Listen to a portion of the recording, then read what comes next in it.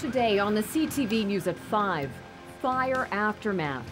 This has destroyed me. It's just the ones that I loved that would come to greet me every day when I came home, and they're gone. Coping with the loss of 30 cats at a rescue center. Plus, she's 20, so she's very lucky to be here. The community's overwhelming support to help those that survived. And Alberta's economy is front and center as the government prepares for tomorrow's budget.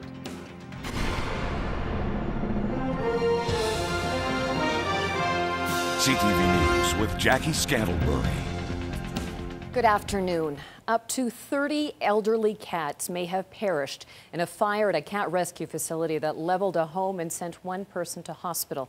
There were over 60 cats at the Last Chance Cat Rescue Ranch when it went up in flames late yesterday. Huge plumes of smoke could be seen from the fire across the city. Daryl Rummeld reports. It's every rescue home's worst nightmare. Elizabeth Ginn says she had an eerie feeling when she left her home yesterday morning, greeted by many of the roughly 60 cats kept inside her Southside home. These were all the old cats that people abandoned and didn't want anymore. A lot of them couldn't get out. The fire broke out in the attic of the home shortly before 5 o'clock Tuesday. Investigators say it's still too early to know the cause for sure, but early indications point to faulty wiring in the attic. Before long, flames consumed the entire house, quicker than firefighters anticipated. Well, also with a combination of the construction of the structure, the house itself, and a combination of open doors, open windows at the time of the fire because he was trying to vacate the pets out of the house. This has destroyed me. It's just the ones that I loved that would come to greet me every day when I came home, and they're gone. Over the last 10 years, the Last Chance Cat Ranch has been responsible for saving the lives of nearly 1,500 cats. Nearly 60 were home at the time the fire broke out. More than 25 are here receiving treatment. There's some that have been badly burned, but over 30 did perish. Leaving the homeowner with little more than a simple plea to pet lovers. Love them and stop abandoning. So many people abandon and devalue the beloved cat. Ginn says it's not the personal belongings she'll miss. For her, it was about giving animals a safe place to live, and she'll continue to try to do so, even though for now, she has no place of her own. Daryl Rummeld, CTV News, Lethbridge. Fire investigators have pegged the damage to the home to be in the neighborhood of $150,000. Much of the attention is now being turned to the rescue efforts of the cats who managed to escape the blaze. 28 of them have been taken to a nearby vet clinic where they've been working extended hours under some very cramped conditions to help nurse the animals back to health. Terry Vogt has that story. This is Matisha. She's 20, so she's very lucky to be here. At the Family Pet Hospital, a team of vets, technicians, and assistants have been treating 28 cats rescued from Tuesday's fire. We have, 4 to 5 cats per kennel. It's very full. And it's a big job, each cat getting individual care, antibiotics, pain medication, and regular bathing to clean the smoke and chemicals from their fur. Oxygen therapy is really big for those that have smoke inhalation. We have one in the oxygen tent right now. Many of the staff have volunteered to work late or come in early. Some of the costs will be covered by the clinic's Compassionate Fund, but even so, the care and treatment will cost thousands of dollars. And Southern Albertans have been quick to respond. Radio stations and other pet rescue groups have been raising money. And the clinic has set up a fund to help cover expenses, things like medication, food, and litter. Just sad. Just don't even know what to say, just because that's a huge part of the community, somebody like that, and the facility and the stuff she does. I just can't imagine what she's going through. Rescue groups say they're part of a large family, often supporting one another to make sure these animals get the love and care they need and deserve. So this guy is pretty severely burned. For the surviving cats, the first 24 hours are the most crucial, and 8 are considered to be in critical condition, but according to staff, responding well to treatment. Even the ones that seem more severe were happy and purring when they came in, so it's amazing what these animals can go through. Terry Vogt, CTV News, Lethbridge. Donations are being accepted at the Family Pet Hospital. It's at the intersection of 6th Avenue and Mayor McGrath Drive South. As well, you can also make donations at the Last Chance Cat Ranch website or Facebook pages. As well, the First Choice Savings Branch is also accepting donations.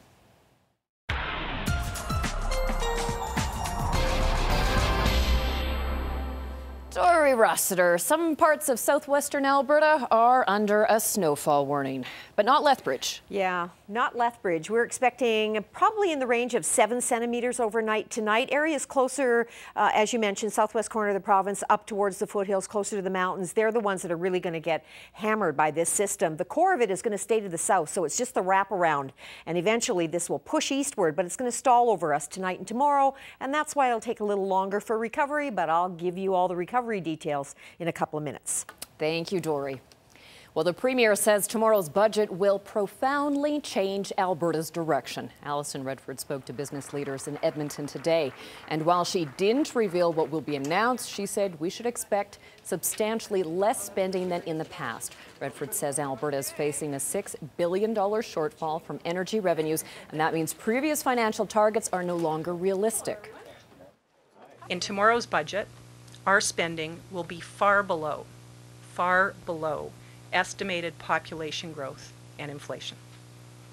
With a province growing as quickly as Alberta, that does mean a significant measure of restraint.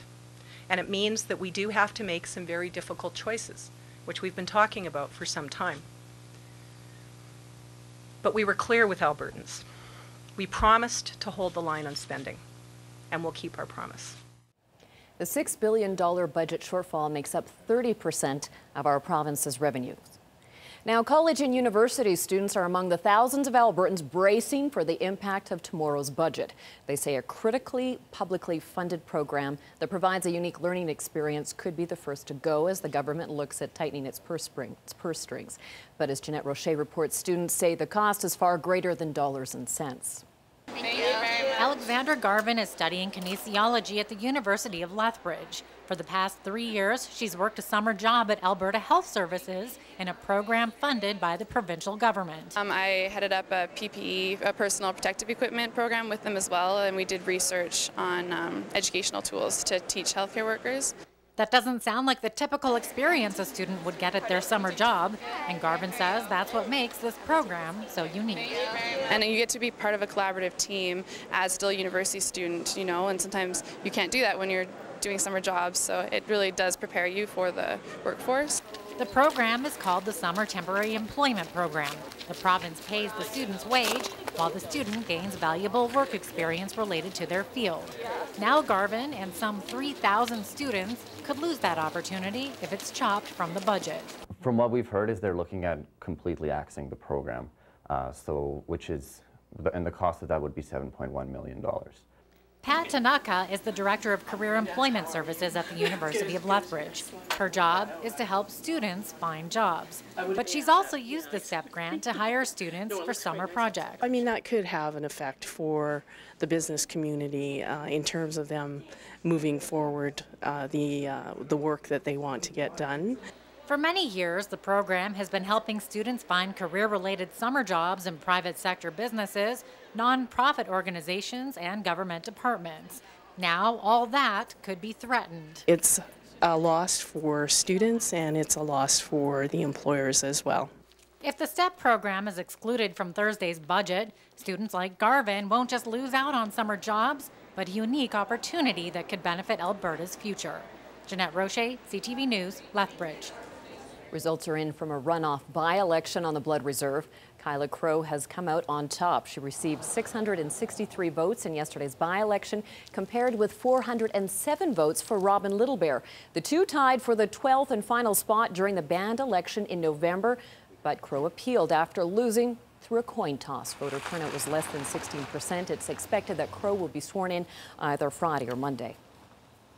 Police are now considering charges against a semi-driver involved in a fatal crash in southern Alberta yesterday morning. A semi-trailer and a minivan crashed at the intersection of Highways 23 and 519 near Nobleford. The driver of the van, a 57-year-old man from Champion, was taken to hospital but pronounced dead on the scene. The driver of the semi wasn't hurt. RCMP say heavy fog at the time of the crash hampered visibility. Highway 23 was closed for several hours while police investigated. And the body of a semi-truck driver who was found along with his truck in Shuswap Lake east of Chase, BC has been recovered. The semi has Alberta license plates, but the identity of the driver has not been determined. The driver drowned after his truck went off the side of Highway 1 in the middle of the night, plunging into the water. Southern Alberta motorists now have a second collision reporting centre, this one in Medicine Hat. The facility opened today at the Medicine Hat Police Station. It means officers don't have to go to fender benders unless there's an injury or crime involved. The goal is to free up officer resources. Lethbridge opened up the first centre in the province just 6 months ago. It was suspended in 2006 over fears of dwindling numbers, but now the Alberta Fish and Game Association wants the province to bring back a grizzly bear hunt. The government not only suspended the hunt, it also declared grizzlies a threatened species in 2010. The association, which represents about 24,000 hunters and anglers, has passed 2 resolutions calling for a renewed limited hunt. Association President Gord Poirier says the hunt could be restricted to areas such as southwestern Alberta and be only open to provincial residents. Well, there's optimism this morning throughout the cattle industry as Western Canada's benchmark sale gets underway. This year marks the 113th annual Calgary Bull Sale, the oldest consignment sale in the world. Last year was a banner year for the industry. Sales passed $1.3 million, the best year since the BSE crisis in 2003. Nobody could have believed it was going to take close to 10 years to really get over it. And there's still a few export markets that are a little bit closed, but pretty much we've got it behind us, and everybody's looking full forward for the future. Ranchers say the E. coli outbreak at XL Foods last year didn't have an impact at all. Today the animals were shown, and tomorrow the top bulls go onto the auction block. Straight ahead, Dory's going to tell us more about how much snow is on the way. In the markets, the Dow closed with another record high.